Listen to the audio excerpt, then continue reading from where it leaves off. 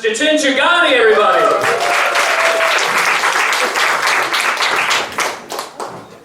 What's up, guys? I had a long day at my 9 to 5 today. For my job, I work in a computer lab at a film school, and I basically just help people with software problems all day. That's my job. So in other words, I studied film for 4 years in college, only to end up doing tech support. My whole life I wanted to defy Indian stereotypes. And then the universe was like, nope, fix my computer. Bullshit. My name is Jatin Chhugani, by the way. And I Googled my name recently. Turns out I'm the second result on Google for Jatin Chhugani. Can you imagine having a name this complicated and you're not even the best one? The first result for Jatin Chhugani is this guy looks just like me. Tall, skinny, brown dude. But this guy owns a tech company in San Francisco. I'm like, great, this guy's everything my parents wished that I was. This guy looks like he was designed by AI just to make me jealous. Yeah. Now, at first I was upset about being the second result, but then I thought about it. I was like, you know what? I'm the Michael B. Jordan of Jatin Chhugani. All about perspective. So we're in Brooklyn right now. I've lived in Brooklyn for 8 years.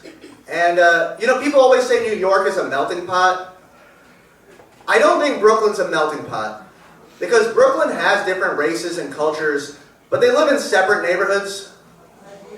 Like there's white neighborhoods, then there's black neighborhoods, then there's Hasidic Jewish neighborhoods. So yeah, Brooklyn's not a melting pot. Brooklyn's like one of those styrofoam plates with 3 separate compartments. Like a big one for the rice, and then smaller ones for everything else.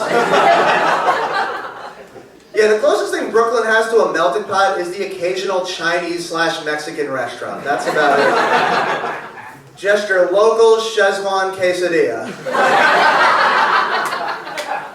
Bit of a tense topic. Thanks for rocking with me. Another thing about me, I'm a millennial, but I recently learned I'm only 2 years away from being Gen Z. Notice the lack of excitement. Now, Gen Z gets a lot of hate, but I like Gen Z for a few reasons. They're smart, they're progressive, and most of all, they took the heat off of millennials. Because boomers used to shit on millennials all the time, like, these millennials. They're the most soft, sensitive generation of all time. And then Gen Z came through like, hold my jewel real quick. And they just took our spot. I love them for that. Yeah. Now, I like Gen Z. My only real critique of Gen Z is they post all their thoughts and feelings on TikTok. Here's the thing. When I was growing up, we had these things called diaries. And whenever we felt anything, we would just write it in there, and then no one else would have to know about it. Meanwhile, Gen Z's like, I feel a good cry coming. Better plug in the ring light. The whole world's got to see it. But it is funny when boomers call the younger generation soft, right? They're always saying things like, when I was a kid, we didn't have participation trophies.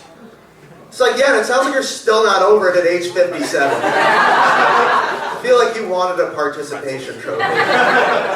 Rub some dirt on it. Guys, I noticed an interesting pattern recently. A lot of successful Indian comedians dropped out of med school to pursue comedy.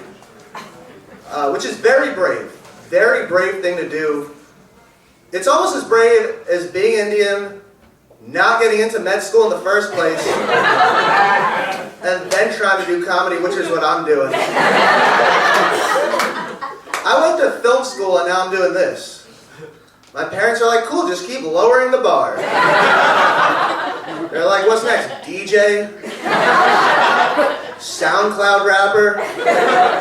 OnlyFans? I'm like, hold on, let me write these down. Those are good ideas. All right, my name's Jatin. Thanks, very much.